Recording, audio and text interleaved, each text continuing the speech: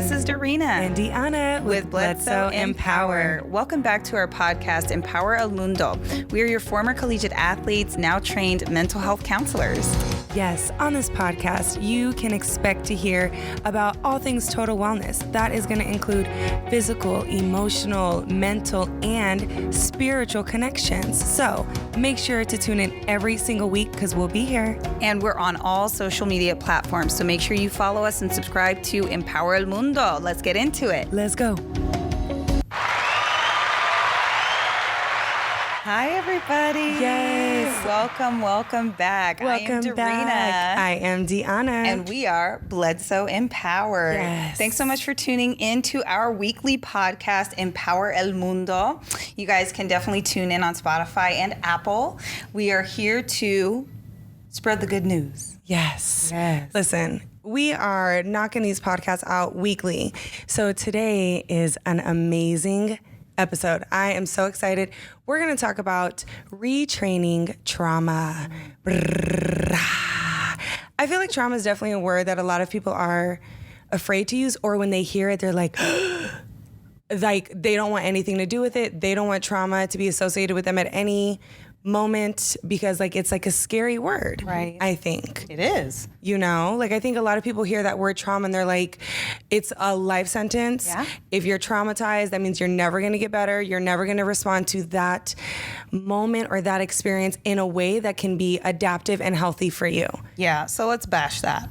Let's bash that immediately. We're here to bash that, and we have a great team of trauma therapists here that are going to be talking a lot about their specialties, their resources, and we're going to be giving you guys skills. So make sure you tune into the whole podcast because you're going to be finishing this podcast feeling empowered, feeling confident, and feeling way more able to attack La vida loca. Not attack, but to, do the graceful salsa dance. Yes. You guys know what salsa is, right? It's the pulling and pulling. It's a lot of hip motion. It's a lot of flow. Yes. And it's not the easiest, let me just tell you that. If you're a big girl like me, okay, 5'10". Wow. 5'10", real strong. So coordinated is a little bit, coordination's off.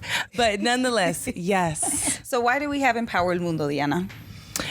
So Dorina and I, we were former collegiate athletes, so we definitely had a lot of experience dealing with physical injuries, which made us really focus on physical wellness. And then post-collegiate experience, we really focus our energies into counseling. Mm-hmm. So we like to blend the mental wellness and physical wellness as one. And because we're also Spanish speakers, our mom is from Spain, we're able to really create a community for English speakers, Spanish speakers, individuals who are athletes or they're now training their bodies and they also want to incorporate a mental wellness type of routine. That's right. So if you're an individual that wants to promote mental wellness, definitely get in contact with us. We have a stage, we have a platform for you.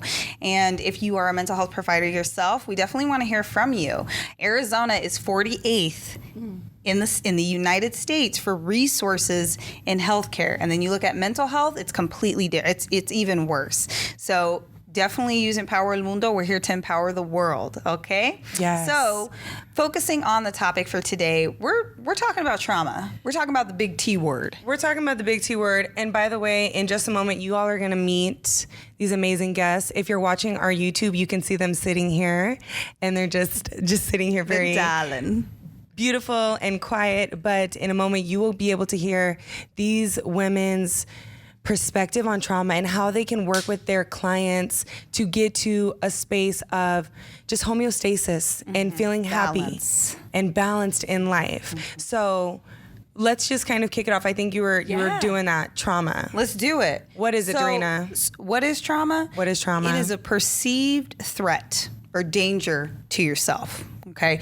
That's my definition of trauma, right? It's that perceived danger or threat because everybody's perception of danger or threat varies, right? So if I grow up around dogs, my perception of them being a threat are probably pretty low in comparison to somebody who's never been around animals before. And so that's kind of my definition of trauma. So what about you?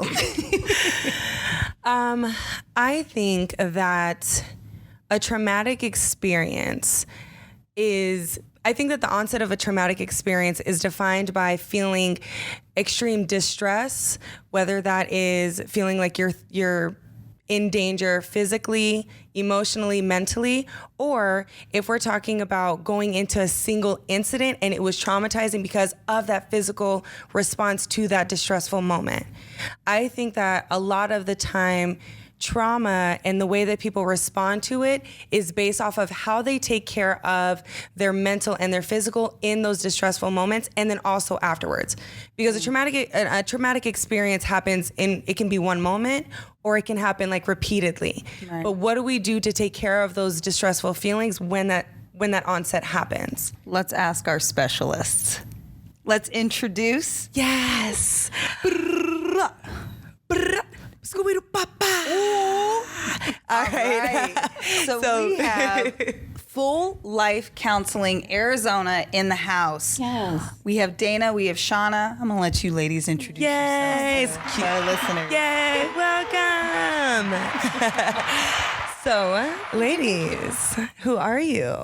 Who are we? We are the owners Yes. of Full Life Counseling. Yes, we are. Yay. Surprise. Yes. Come see us. My name is Dana. And I'm Shawna.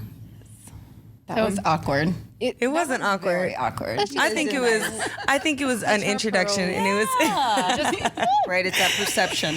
So let me just give you guys an intro, because Dana. Tell me about myself. Yeah. Dana, I will talk about Dana all day, right? All with day. ease. All So day. when I was starting my therapeutic and counseling journey, I was interning, and Dana was my mentor. Yes. And I've never experienced the type of connection that I could have with her. And it was in a mentor way. She was also my therapist in moments where I'm like breaking Yes. down and I just need someone to hold space for me. And I think that's something that's so amazing about you is you allow people to show up as they are day in and day out, whether I'm having just an amazing day or if shit is just hitting the fan. Yeah. And I think that it's really special for somebody to be able to hold that type of space for someone, even if, because let's be honest, counselors, they go through their stuff too. Right. Because we're also human beings. Right. And it can make it a lot more difficult to go through your own things and hold space for somebody else. But when in my interactions with you, that was never the case. And that's why I'm so thankful for you. And I like you so much. Great. And I really do love you so much, is really what it Full is. Life Counseling? Well, I mean, Full Life Counseling. Sorry. And that's how we met. I was in my internship, and she's my mentor, and now my friend and my person. Yes. That's right. Yeah, That's right. She is we are partners. Yay. So this is a new experience. And Full for Life us. Counseling is our love child. It is. We just birthed that sucker, right? So what do people get at Full Life Counseling? Like, what do you all offer for those listening? Okay. So we are doing individual and hopefully one day soon group when we Yes. have the space, counseling from littles all the way up. As long as we're still alive, Yes. you can come on and see That's us. right. We specialize in trauma and dialectical behavior therapy. DBT. DBT. Yes. It's okay if you don't know what that is because a lot of therapists don't know what it is still. that is What is it? What is DBT? Ooh, we gonna get there. Yes, we are. So, We are. do we want to go into that? Well, I would like to know what your definition, both of y'all, what the definition of trauma is. Okay. Yes. So, I'm in love with Bessel van der Kolk's definition of trauma, the subjective experience of being overwhelmed.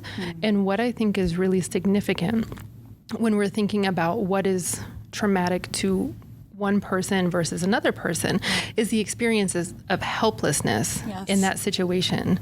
I'm overwhelmed to the point that I can't cope and there's nothing I can do in this situation. I am powerless to stop what is happening to me. Yes. That was good. That's pretty deep. I really can't good. beat That's that. pretty deep, I yeah. really can't beat that. What do you have? Would you agree, Sean, or do you have a different perception of it? No, absolutely, and it can feel paralyzing. You know, Absolutely, yeah. I would like to say that one of the reasons why I became a therapist was because of PTSD, and we'll get into our stories. But my husband's in the Air Force, so a lot of that trauma that you see with military people, it becomes paralyzing, and having to navigate through the world and navigate through life with that on you all the time, and you don't know when it's going to happen, and you don't know when it's going to come up. That can be very scary. Absolutely. So absolutely, I agree with my partner, what she said about trauma, but it's also, trauma needs to be relatable when we speak about trauma, because we can have all of this big counseling words and acronyms and definitions, but at the bottom line, trauma is very individualized. Right? So it's really hard to put a full definition on it because it appears differently for everyone.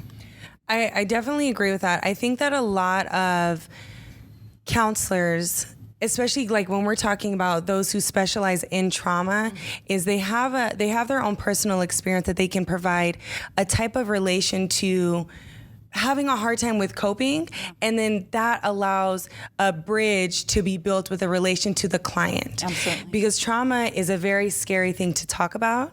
It's a very scary thing to share with someone else because it can be re-traumatizing for us. Yep. And sometimes when we go to see a therapist, we're scared that we're gonna open that can of worms and we're not gonna know how we can put those worms back in an organized format. And I think it's such an isolating experience just because of the shame that's involved in it. And sometimes when we make a decision to, I'm going to go talk to somebody about this, I pulled a random therapist off of Google's or the Yelps or the Psychology Today, and then you go in, you don't have a relationship set with your therapist yet. You have not interviewed them. Please interview us. Always. Please. Always. We need to be hired. Yes. You are hiring us. You are interviewing us to make sure we're a good fit for you. Yes. Absolutely. And you go in and you sort of spill your guts all over the place. And then what if they don't know what to do with it? Right. What if they don't know how to sit with it? What if they have some countertransference around that? Right. They're putting their own stuff on you. You don't know. So when that happens, it can be re-traumatizing because you just exposed this sucking chest wound that you have. Right. And you feel like you're just bleeding out in front of this person. I really like how you brought up that wound, because that's how I like to describe trauma, right? It's a wound. It's something that we have to treat. And if we avoid it, if we deny it, if we refuse to treat it, the wound gets infected. Yes. Right? And as time progresses, La Vida Loca is there, and she likes to throw more traumatizing events on us, more stress on us. And if we already have an infected wound and we're throwing more salt on it, right, it gets worse and worse and worse to the point where we're actually injured or impaired. It gets septic. Right, yeah. Right? To the point where it's a crisis. Now you have to come see a therapist. Yes. And it changes the relationship when you have to see a therapist versus I want to get through this and I want the support. Right? Those two perspectives are very different. And when you're looking into trauma therapy, you want to have that motivation. You want to be open to trusting somebody else because it is invasive. Yes. Right? Let's not sugarcoat it. It's invasive. We're forcing you to be vulnerable. Right? And the big V word. Safety is imperative as well. Absolutely. You know, you have to feel safe with who you are providing all this information. And a lot of times, depending on where you're from, your demographic, your culture, a lot of this is taboo. And so it's important to find someone that you can connect with, that you trust, and that you feel safe with, because it is a very vulnerable time in your life. And you want someone that can kind of just guide you in a healthy and safe manner. You hit something really on the head. I think that the component of feeling comfortable, and maybe we're talking about our culture, that is the biggest barrier as to why we're not asking for help and we're not going to see anyone that can hold space for us. And if we know that our culture is a big part of us, and that is also a reason why we're not reaching out to a therapist or reaching out for help, then there's a responsibility that we have as individuals to have that awareness and then also make the decision to ask for that help, even if maybe our family or the people around us don't think that we need it. And that's where there's a lot of power in seeing somebody that maybe you feel like you could relate to. A lot of individuals like to go and see other therapists who maybe look like them, or they come from a similar background as them.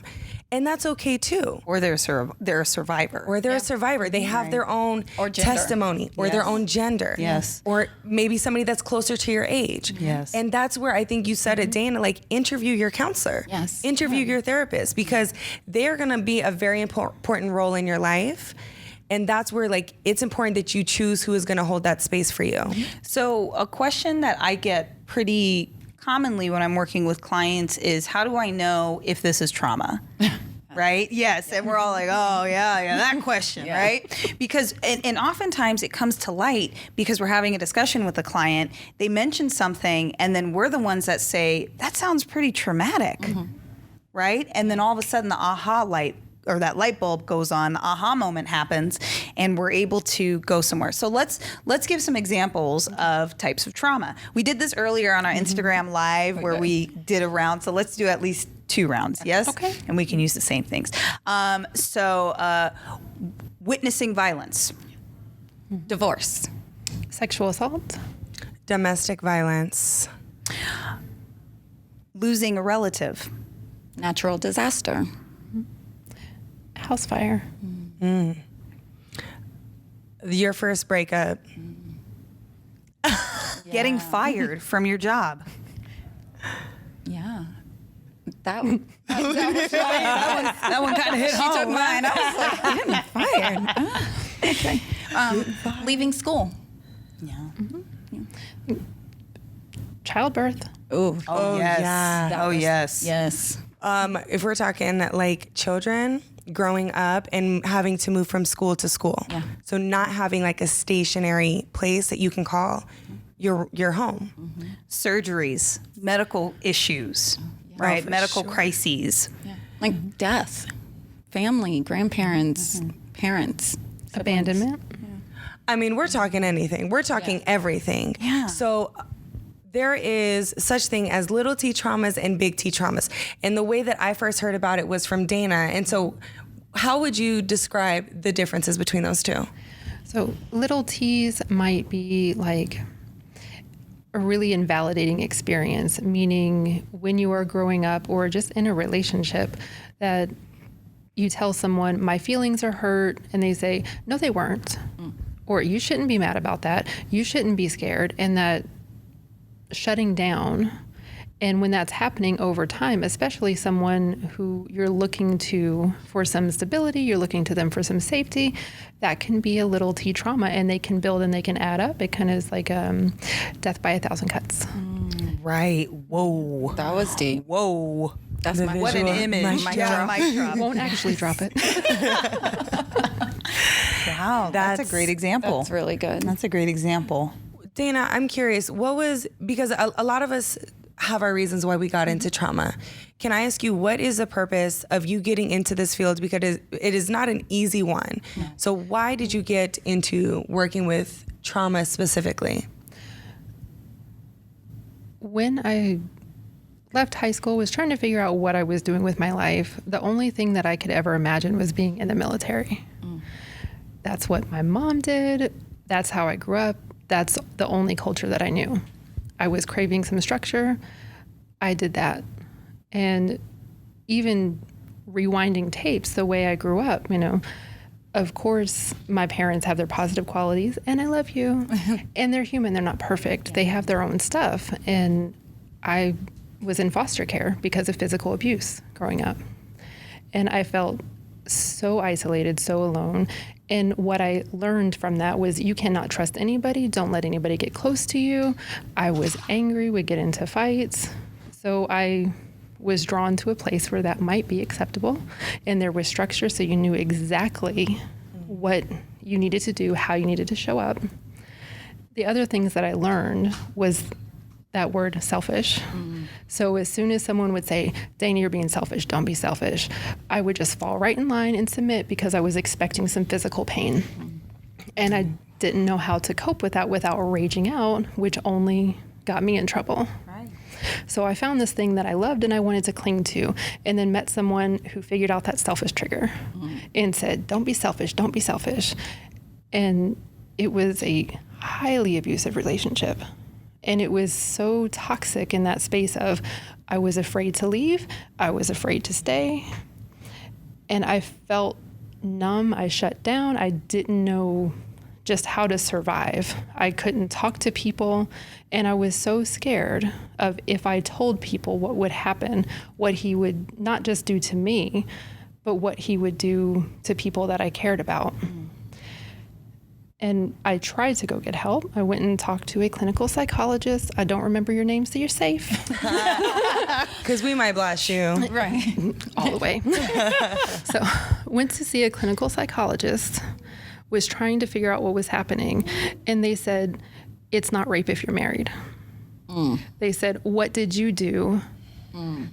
Yes. Like, that's... They said, You're fired. So unethical. You're fired. what did That is you very do? unethical. What did Why you do? They asked me, what did I do?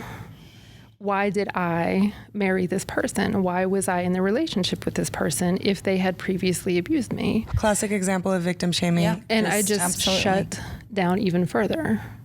And at that point, I was numb. I wasn't feeling feelings. I wasn't feeling anything physical. And it took years from just walking around like a zombie. Didn't know what I was doing with my life. So when I finally started to work on that and started to get some help and had to go through a few therapists and have that experience of verbal vomit and, oh, you're just a CBT therapist, you don't do trauma. That's okay. No shade. My fault.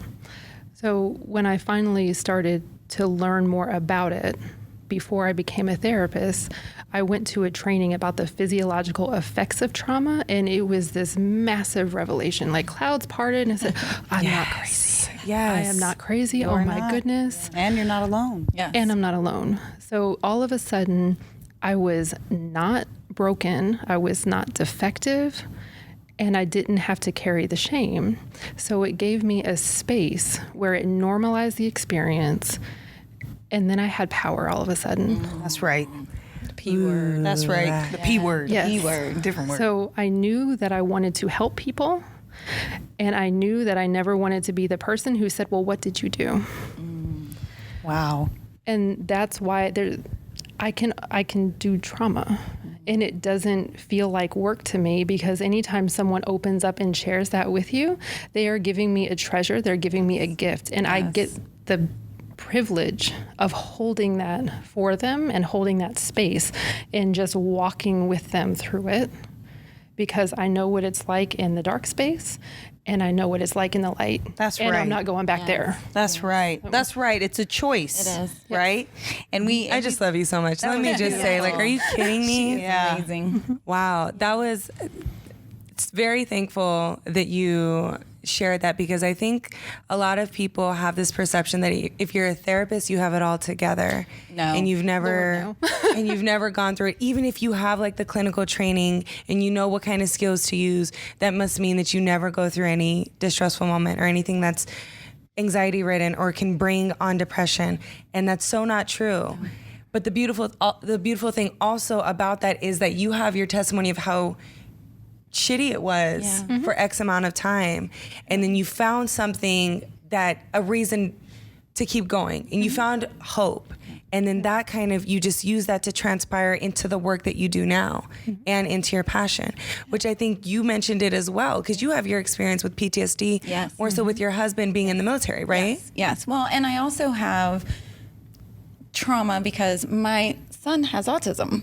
And he was diagnosed at a very early age. He also has seizures. He's epileptic. So when you have a child and they're first brought into the world, you have no idea what is going to become of them. You know, your goal is like, let me keep them alive. You know? Right. And I had my son at 18. So we were young parents. So that's another obstacle. And then when he became, quote, sick, it was lesson after lesson. So I did not go into trauma. Trauma came to me. Yes. You know? Yes. Yes. So I discovered trauma because I was tiptoeing around. I knew I wanted to work with military. I knew I wanted to work with PTSD. I knew that was going to be my baby. I didn't know how much I was going to love it and how rewarding it is. And like Dana said, it's a gift. Yes, it is. It is literally a gift. And any therapist who does not hold that space for you, Get a new one. Get a new one. Yeah, just come Dana see said, us. "Come see us." Yes. But yes.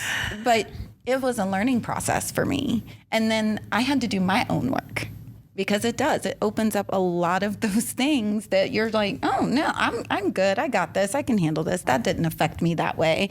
And then by helping supporting your clients and doing the work, because you have to do the work, you start realizing like, okay, maybe there's some stuff there that I need to work on as a therapist. Right. So all of that is the reason why I kind of landed with trauma, and I love it. That's beautiful. Here for a That's reason. beautiful. I love it. Well, and what that reiterates is there are therapists out in the world that truly will walk you through it. Yes. Through the pain, through the suffering, through the doubt, through the confusion and the fear. These are two therapists that are attesting to their willingness to walk you through it. And some therapists may talk the talk, but it's different to walk the walk, ain't it? Ayo. It is so different. Absolutely. So let's give a takeaway, right? Let's talk about some skills that people can use, not necessarily to treat trauma, but symptoms related to it, like anxiety, panic, stress. Well, I definitely want to do the skills. Can I just ask really quick for us to give quick examples of ways that individuals can identify if they're experiencing a traumatic or physiological response to an event? Okay. Does that make sense? So like, what are some behavioral things that maybe a client or an individual can notice within their behaviors that it might be time to talk to someone else? Okay. So if we're spending more time, or even a lot of time, more outside of our body than inside, meaning you are physically present, but you're somewhere else, that is a huge sign that something has happened, that it does not feel safe to you to be inside of your body. So you check out and go somewhere else. And your temperament has a lot to do with it. If you can't control yourself to where every little thing you pop off, or you're crying, or you isolate, these are all signs that there is something going on there. And discovering that process, it's scary, but it can happen. Baby steps. Yeah. What do you notice, Trina? What are some signs? Safety issues, Yes. so self-harming, substance abuse, suicidal thoughts, homicidal thoughts. I treated a veteran who he had very bad homicidal thoughts on a regular basis, and it was in response to the sexual abuse that he experienced from those that he worked with. Yeah. So, oftentimes there's some form of risky behaviors or Yes. dangerous behaviors. Yeah. I agree. And I think some of the most common ones, if we're talking about like PTSD specifically, are flashbacks, anxiety attacks, feeling like a lot of mistrust, like you can't get that close to someone. I think that it also can show up in our sleeping patterns. So are we having nightmares? Are we having night terrors? Are we experiencing insomnia or hypersomnia? Yes. Yeah.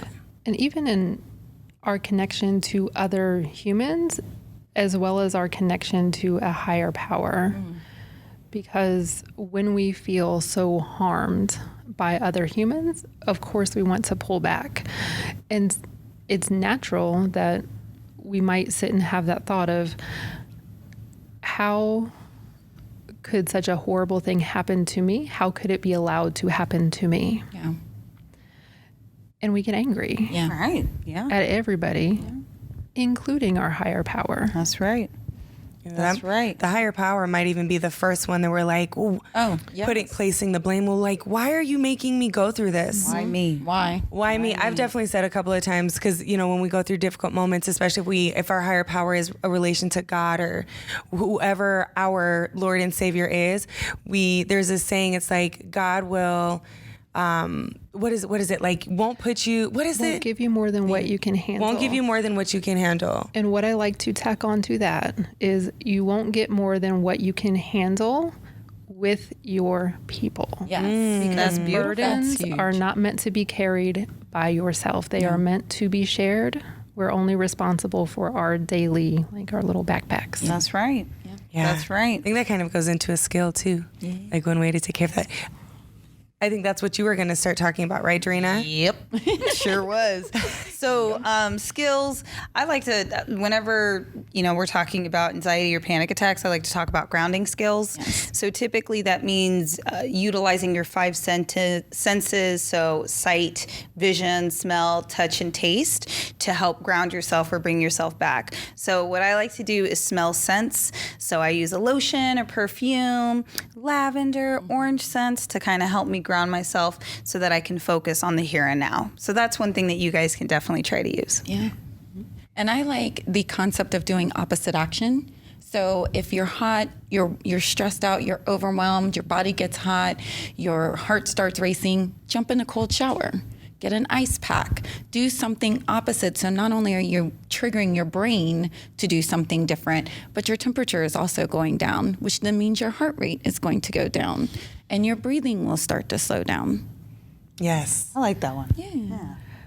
I like to practice just getting curious about what my body is doing, because it can feel when you are panicking like you are going to die. And when you feel that way, your brain can't actually tell the difference. You think you're dying. Yeah. That's why calm down don't work. Yes. No calm down.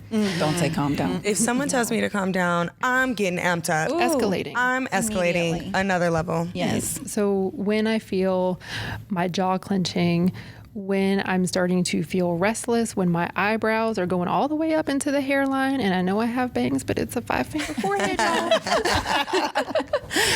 I just try to practice mindfulness around it and just get curious about, okay, just noticing, all right, my heart's starting to race. What was happening when my heart started to race? And then while I'm doing that, I'm speaking gently to myself, and I'm just starting to slow my breathing down, slow breaths in, even slower breaths out.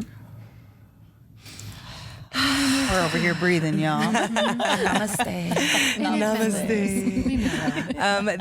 The trauma focused treatment that I want to mention, it's something that I have been trained in. Dana is impeccable. Yes. It's called EMDR. Some of you may have heard of it. It stands for eye movement, desensitization, and reprocessing. So what it is, it's a trauma that is specific, it's a treatment specific for trauma.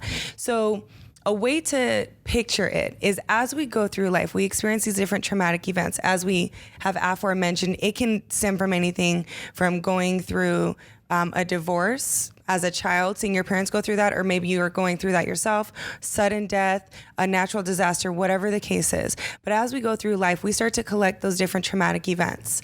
And so think about it as, when we go through it, we're putting them in a cupboard. So we're just kind of like stacking them in there. And if we never organize it, every time we open that cupboard, or we get triggered, or our body gets activated, all of those cups and all of those traumatic events are going to pour all over us, and we're not going to know what to do with it. So what EMDR is able to do is it allows us to open that cupboard and organize those traumatic events to where if we need to access one at a time, we can do that without everything pouring all over us and drowning us. And can we be fair in saying there is no way to do EMDR that you know exactly what you're unpacking? Yeah. So you could go in thinking, I'm going to work on a phobia of flying. Right. And bam, all these things come flying out. And it's like, oh, I didn't mean to do that. Yes. Right. Yeah. Now you're gonna. Yeah. Now you're gonna. Yes. But I think, think about it. If you've got a cup that's in the back of the cupboard, like, it's going to be dusty. It's when I'm ready to pull it out, like, it's not going to be ready to go. Like, I'm not interested in drinking that. I'm not interested in going through that experience again, because I know that it's going to be dirty. I know it's going to be messy, and it's not going to take care of my body in the way that I want it to. So, moral of our message: treat your trauma. Yeah. treat your trauma. and retrain it. Yes. Right. Yeah. Treat your trauma, retrain trauma. All that retrain all the good stuff. Okay. So we had a lot of good takeaways. Yes. We talked about symptoms of trauma. We talked about ways to identify it with ourselves. We also heard a lot about Full Life Counseling Arizona, how their specialty agency clinic, outpatient, Outpatient. so they offer individual counseling. Where can we find you guys online or on social media? Online, full-life-llc.com. Yes. On the Facebooks and the Instagrams at Full Life Counseling AZ. Don't forget the AZ, Yes. otherwise you'll find the lovely redheaded lady up in Michigan who's not us. No. And But we're sure she's hello. wonderful. Hey. We'll also have your information on our site as well. We do plan on posting more information about trauma and who you can work with, given that you're interested in treating trauma or just having a conversation about it. Yes, and if you're watching this on YouTube, we will link their website below so that you can literally just click in the description and then it'll take you right there. Do you ladies want to mention maybe how they can reach you all via podcast? Oh. Well, our podcast is coming soon. Yes, it is. And our YouTube channel, which currently doesn't have any posts, but it will. We're coming. Full Life Counseling. Yes. Yes. Full, like all the way. Yes. Yeah. So make sure to follow their Instagram and their Facebook to see when that first episode will be available for the podcast and their YouTube. And then for Blood, Soul, and Power, definitely rate, subscribe, follow us on all social media platforms. We are very much available. Yeah. Yeah. And thank you. Thank you for having me. Thank you, ladies. It was our first one. So. Congratulations. You guys Not too killed bad, it. huh? Not too Killed bad. it. We'll take it. Yes. Perfecto. Thank you so much All again. right, you guys. Thank you. We'll see you guys later. You gotta, You gotta be in power hey, and live in power. You gotta be in power to live in power.